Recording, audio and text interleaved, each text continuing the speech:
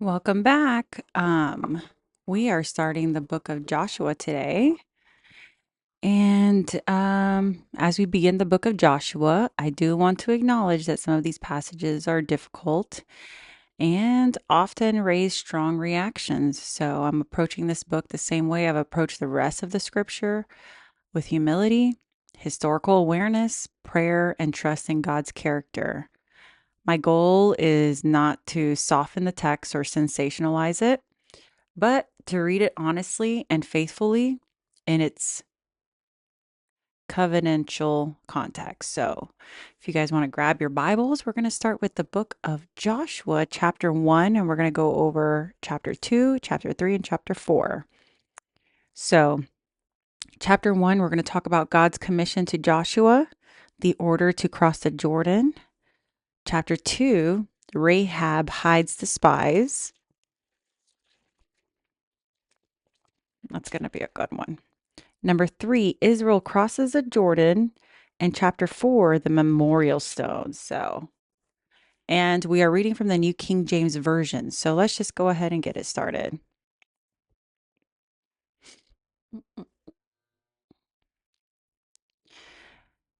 Joshua chapter 1. After the death of Moses, the servant of the Lord, it came to pass that the Lord spoke to Joshua, the son of Nun, Moses' assistant, saying, Moses, my servant is dead. Now therefore arise, go over this Jordan, and you and all this people to the land which I am giving to them, the children of Israel. Every place that the sole of your foot will tread upon, I have given you, as I said to Moses, from the wilderness and this Lebanon as far as the great river, the river Euphrates, all the land of the Hittites and the great sea toward the going down of the sun shall be your territory. No man shall be able to stand before you all the days of your life as I was with Moses, so I will be with you. I will not leave you nor forsake you. Be strong and of good courage, for to this people you shall divide as an inheritance the land which I swore to their fathers to give them. Only be strong and be very courageous, that you may observe to do according to all the law which Moses my servant commanded you. Do not turn it from the right hand or to the left, that you may prosper wherever you go. This book of the law shall not depart from your mouth, but you shall meditate in it day and night, and you may observe to do according to all that it is written in it, for then you will make your way prosperous, and then you will have a good success.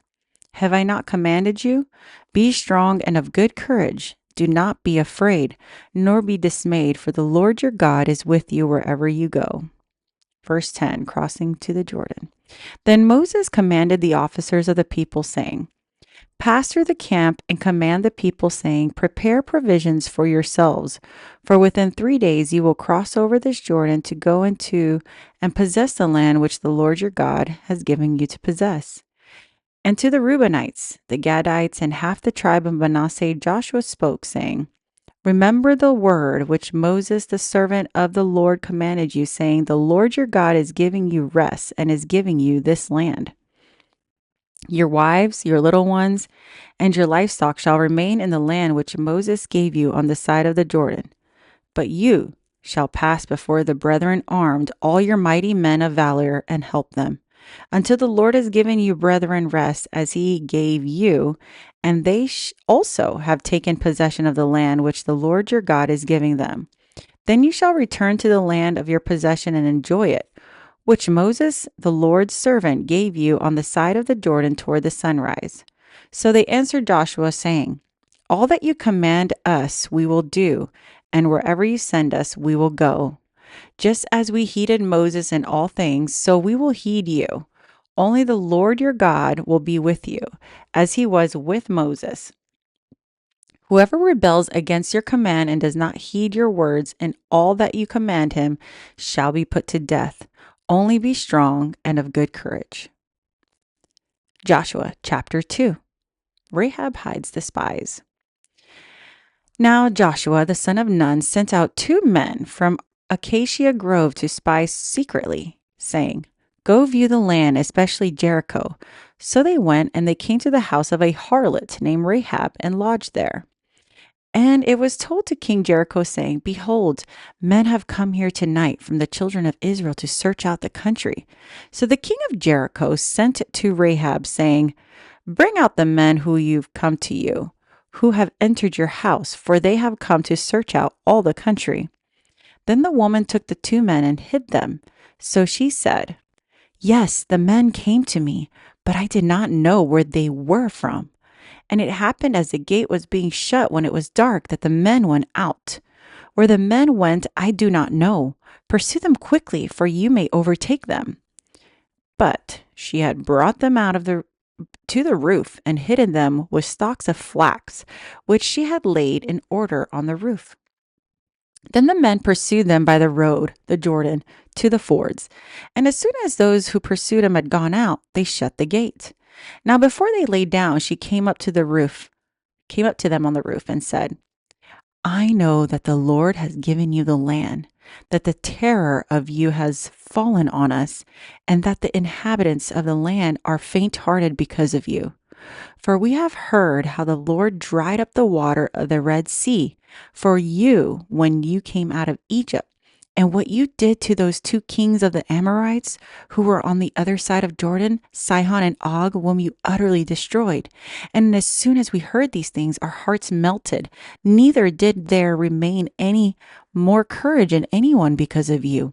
For the Lord your God, He is God in heaven above and earth beneath.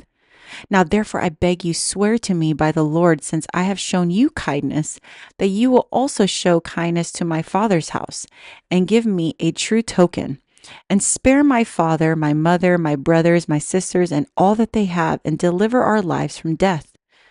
So the men answered her, Our lives for yours.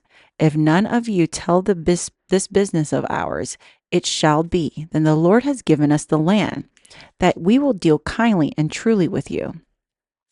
Then she let them down by a rope through the window, for her house was on the city wall. She dwelt on the wall.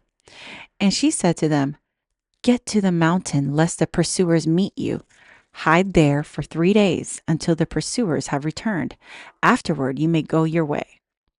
So the men said to her, We will be blameless of this oath of yours, which you have made us swear, unless, when we have come into the land, you blind this line of scarlet cord in the window through which you let us down. And unless you bring your father, your mother, your brothers, and all your father's household to your home. So it shall be, whoever goes outside the doors of your house into the street, his blood shall be on his own head, and we will be guiltless. And whoever is with you in the house, his blood shall be on our head if a hand is laid on him. And if you tell this business of ours, then we will be free from your oath, which you made us swear. Then she said, According to your words, so be it. And she sent them away, and they departed. And she bound the scarlet cord in the window. They departed and went to the mountain and stayed there 3 days until the pursuers returned. The pursuers sought them all along the way and did not find them. So the two men returned, descended from the mountain, and crossed over, and they came to Joshua the son of Nun and told all that has befallen them. And they said to Joshua, Truly, the Lord has delivered all the land into our hands. For indeed, all the inhabitants of the country are faint-hearted because of us. Rahab the harlot also knew God. Okay, she knew a real one, that's for sure. Chapter 3, Joshua chapter 3, Israel crosses the Jordan. Then Joshua rose early in the morning, and they set out to Acacia Grove and came to the Jordan, he and all the children of Israel, and lodged there before they crossed over. So it was after 3 days that the officers went through the camp. They commanded the people, saying, When we see the ark of the covenant of the Lord your God and the priests, the Levites, bearing it, then you shall set out from your place and go after it. Yet there shall be a space between you and it, about 2,000 cubits by measure. Do not come near it, that you may know the way by which you must go, for you have not passed this way before. And Joshua said to the people, "Sanctify yourselves, for tomorrow the Lord will do wonders among you." Then Joshua spoke to the priests, saying, "Take up the ark of the covenant and cross over before the people." So they took up the ark of the covenant and went before the people. And the Lord said to Joshua, "This day I will begin to exalt you in the sight of all Israel, that they may know that as I was with Moses, so I will be with you. You shall command the priests who bear the ark of the covenant, saying, when you have come to the edge of the water of the Jordan, you shall stand in the Jordan." So Joshua said to the children of Israel, "Come here and hear the words of the Lord your God." And Joshua said, "By this you shall know that the living God is among you, and that he will without fail drive out before you the Canaanites and the Hittites and the Hivites and the Perizzites and the Girgashites and the Amorites and the Jebusites. Behold, the ark of the covenant of the Lord of all the earth is crossing over before you into the Jordan. Now therefore take yourselves 12 men from the tribes of Israel, one from each tribe. And it shall come to pass, as soon as the soles of the feet of the priests who bear the ark of the Lord of all the earth, shall rest in the waters of Jordan, that the waters of Jordan will be cut off, the waters that come down from upstream, and they shall stand as a heap.